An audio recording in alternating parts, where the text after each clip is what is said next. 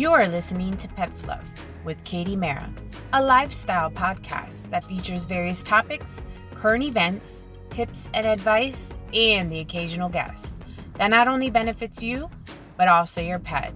So come and join me and take a listen as I am your host, Katie Mara.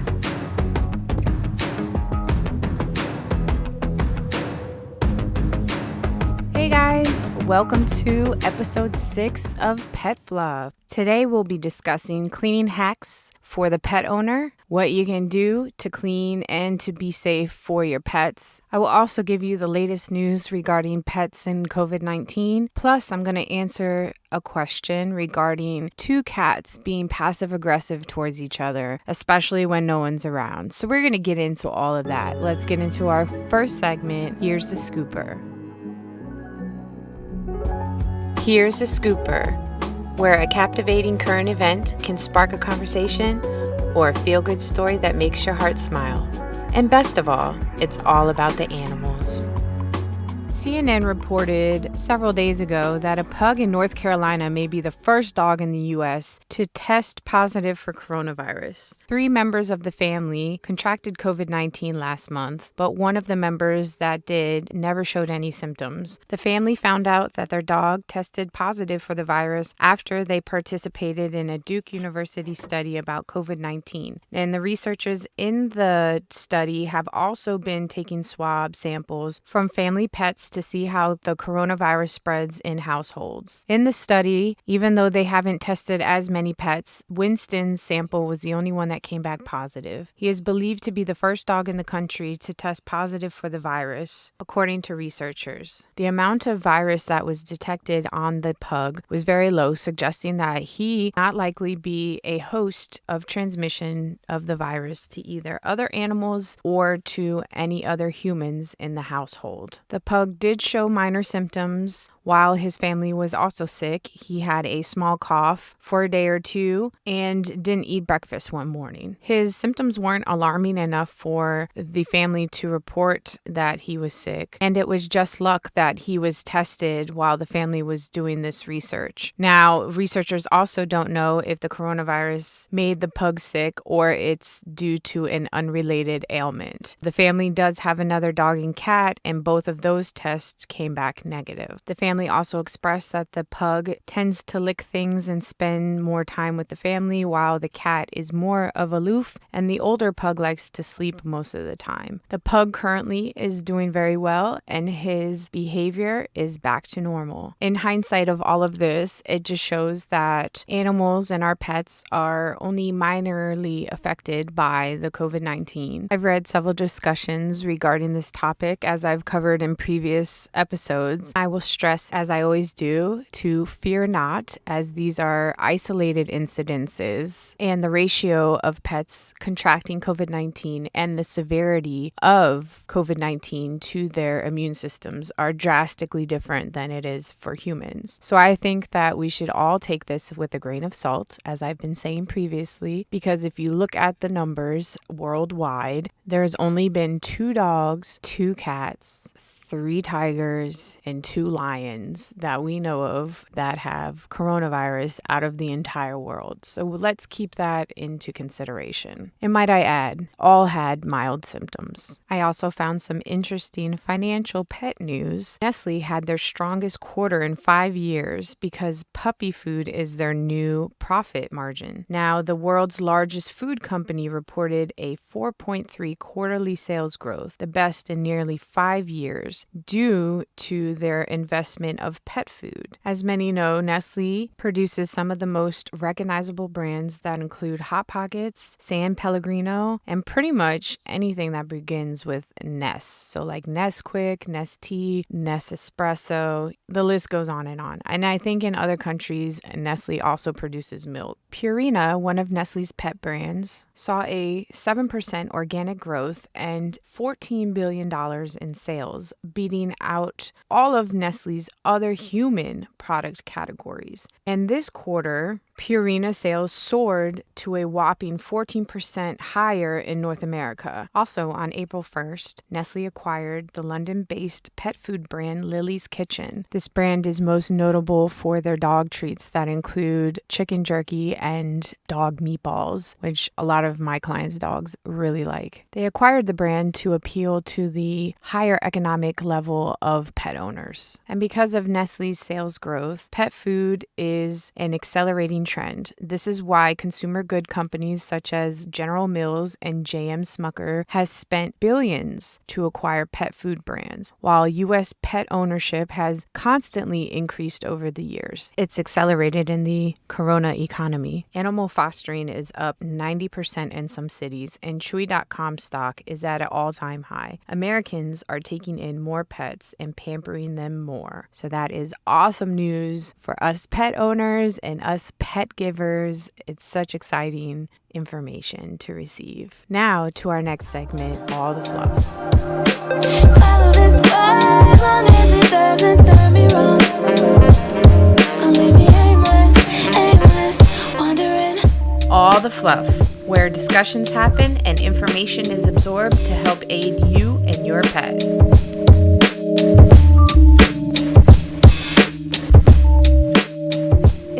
Quarantine life for the past, I would say 8 weeks at least. I know that we've been living in our homes every single day, all day, every day. We have become almost like a hermit, hunkered down with our family and pet. But being in a space for a prolonged period of time, our space can get messy and junky. So when it's time to clean, especially as a pet owner, we tend to have not only our own health in mind, but also our pets. So I've compiled a list of simple hacks that can help clean your home with your pets in mind and their messiness. We all have a pet who will vomit every now and again. And when they do, especially on a carpet or a rug, sometimes it's a complete mess to clean up. So the special hack is to wait for the vomit to dry and then vacuum it and spot clean. It actually makes for an easier clean. With the spot cleaner, I highly suggest Woolite Pet and Stain, Spot Shot, or Carbona. These are 3 stain cleaners that I've personally used, and this is not an endorsement. These are just products tried and true for my business, so I highly suggest these 3. The other common stain that goes along with vomit is actually urine. So with pee stains, a fresh one, you'd want to soak up as much urine as possible and use fresh water to flush out the urine. Then you want to use soap and water to scrub clean and then add an enzyme cleaner when it's dry so that the pet doesn't remark that area. And that's for dogs and cats. And if you do have an animal that is marking, blot the area and then use an enzyme-based cleaner and spray the area with a natural essential oil spray. Eucalyptus oil works great, so you'd want to use 1 cup of warm water with 20 drops of eucalyptus oil and spray the area as needed. When having a pet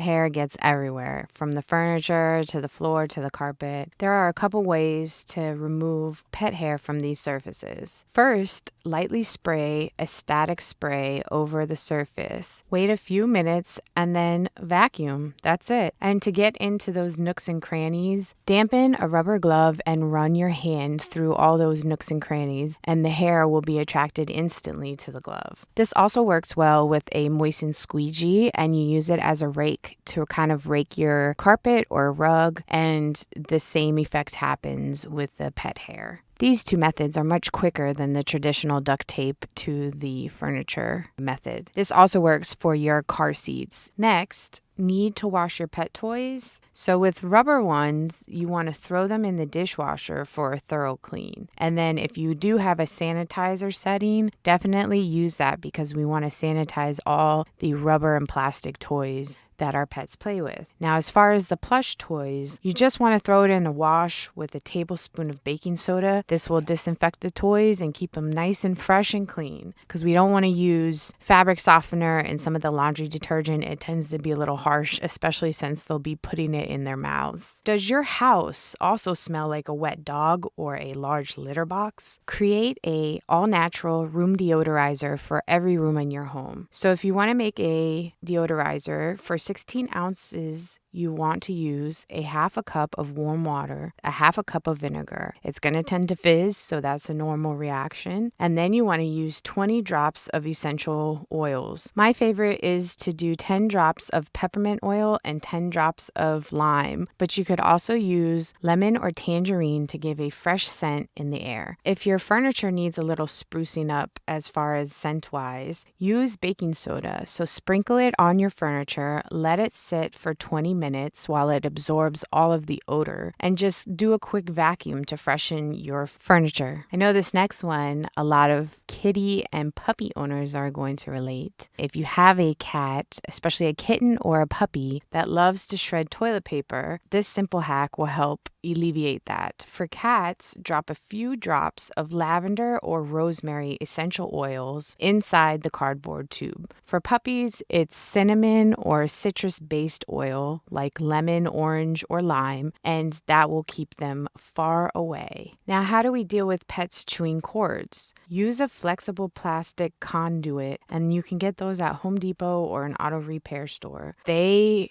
basically snap on the outside of the cord, and that will deter your pet from chewing them. As well as they do have a product called a critter cord, and this is another option for smaller cords that cats and rabbits will chew on. And you kind of just snap it around the cord and it will deter them. And I think with the critter cord, it also has a nasty taste that will also deter them away from chewing the cords. If you have that very expensive furniture that you would love for your pet to never sit on, two great options are foil or a plastic carpet protector, where you can cut them up and place them right on the seat, prickly side up, and it will deter your cat and dog from sitting on your furniture. Now, if you have ants in the house, that typically happens in the spring and the fall, and they tend to go for pet food. So in order to protect your pet's food, you want to create a moat around your pet's dishes, and you just basically put the bowl in a larger shallow bowl or a mat or a pan that has a large lip to it, and then you fill it with water, and that way the ants can't actually get into the bowl because there's basically a water moat surrounding the pet dish. Dogs and cats always get excited to go outside, and they tend to claw the doors of your home. In order to protect your home, you want to use a gel stain or gel finish to protect your door, and to use plexiglass. We do have pets that tend to be a sloppy drinker or a messy eater. For this, use raised bowls for less bending of the neck, and place a lipped mat like a shoe mat. Now they actually make pet-shaped ones, and you want to put it under the bowl to make sure that all the food and water gets dumped onto the mat and made for an easy clean. And the last tip I have is to make sure that your pets are shedding effectively. And the best tool that I've ever used, and people always swear by it, is the Furminator. And with dogs, you can do this outside. Certain cats, you could do it outside, maybe have them on leashed up, but you want to really get all that dead fur off of them, which in turn keeps your house hair free. I hope these simple hacks help everyone and to have an efficient and quick way of cleaning their home during these quarantine times. Now we're on to our next subject, Q&A time.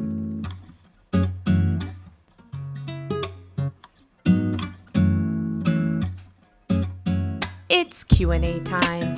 Solve all your animal problems here. No matter how pressing or silly your question is, don't worry, I got you covered. Now, it's time to get into the nitty-gritty.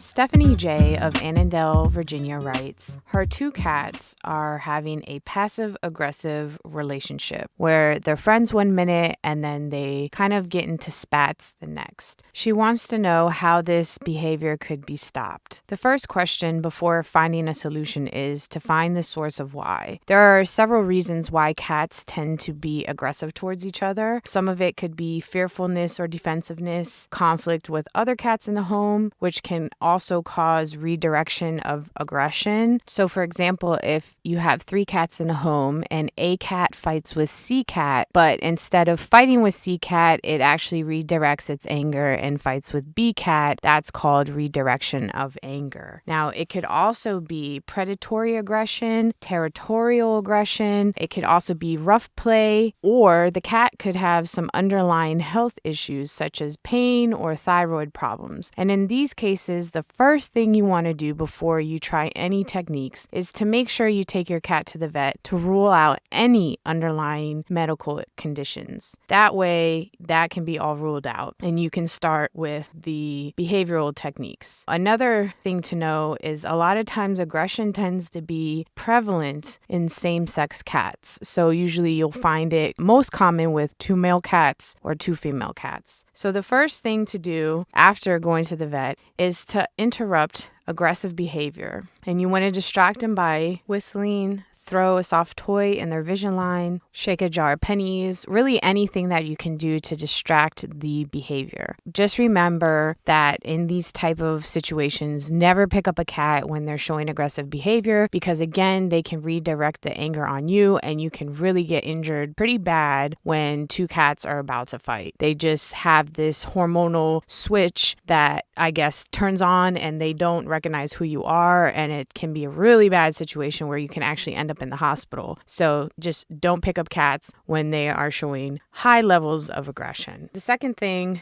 that you would want to do is use calming diffusers and sprays. With these sprays and diffusers that plug into a wall and you can spray it in the air, it helps a cat feel safe and secure and helps both timid cats and the aggressor cat. Now, the next thing you want to do is provide an alternative stimulation. So these are areas that they can redirect their stimulation. So scratching posts, cat condos, perches, playtime with the cat, string toys, anything to get that redirection of energy away from that cat and onto themselves. Cats tend to be a little bit more aggressive because they have all this pent-up energy, and you want to release all that energy as much as possible. So the next thing you want to do is check for behavior modification. You have to do this step in the moment of the action. So when you see a positive behavior, you reward the cat with a treat or any sort of positive affection. Another method, if all of this else fails, is to do a reintroduction to each other. So you'd want to separate the cats and provide safe spaces for each cat. Allow the passive cat to actually have access to litter and food without being cut off by the aggressor. And then you also want to keep them separate between reintroductions. And then when you are reintroducing them, you want to have total supervision. So if you have to put the cats on a leash or they're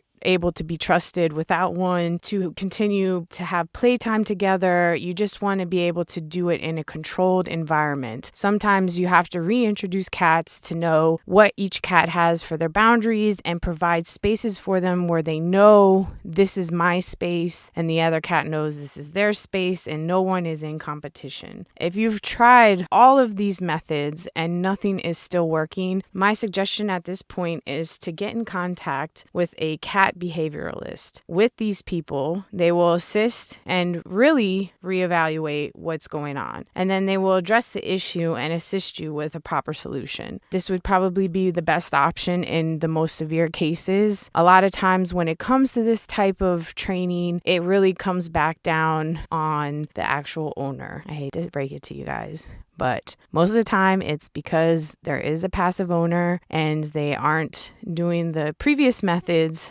that the actual behaviorist will just tell you to do over again. So to save you thousands of dollars, practice these methods. But if all else fails, absolutely get in contact with a professional. So Stephanie, I hope this answers your questions. Good luck with everything. If you have a question, feel free to email me at petfluffpodcast@gmail.com. Now we go on to the last segment of the episode, which is the feature pet of the episode.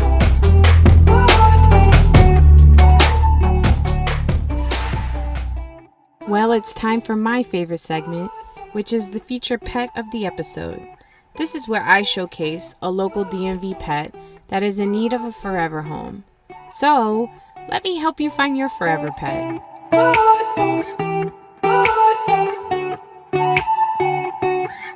feature this week is actually a bonded pair of siblings that would love to stay together, and they are rescued from Puerto Rico. Now, they are with a foster home in Northern Virginia, and they are sponsored with Homeward Trails. So a little bit about Homeward Trails. They are a Virginia nonprofit organization dedicated to the rescue and rehoming of adoptable dogs and cats. Founded in 2001, Homeward Trails has rescued more than 24,000 dogs and cats. It is the 10th largest shelter in Virginia and pulls from rural shelters throughout the state as well as surrounding states. They also run a program in Puerto Rico bringing home adoptable puppies and dogs to the mainland for adoption. To date, more than 600 Puerto Rican dogs have been found homes in the DMV. If you are interested in adopting a dog or a cat at Homeward Trails, call ahead to set up a specialized appointment due to COVID-19. Normally, you could just walk in and see all the dogs, but because of social distancing, they require for you to do a call ahead visit to see the potential animal you are interested in. So today's feature is Frannie and Frack, two siblings that have been adopted from Puerto Rico and have been with Homeward Trails since January. Frannie and Frack are about 3 years old. Both are very sweet but also shy, and they're very attached to one another. They would like to keep them together and are looking for a quiet, adult-only home. Their adoption fee is reduced so that they can stay together. Their best guess is that the breed is a Jack Russell Terrier mix, and they are each about 15 pounds. And they are currently living in a foster home in Northern Virginia and can be met by appointment. I will have their links attached in our linked tree account. You can call Homeward Trails for more information. They are super cute dogs. I'm looking at them right now. Very sweet, all white little pups. And I'm sure once they get acclimated into a really good forever home, I'm sure their personalities are going to blossom. So if you are interested in Frannie and Frack, you can get more information at homewardtrails.org.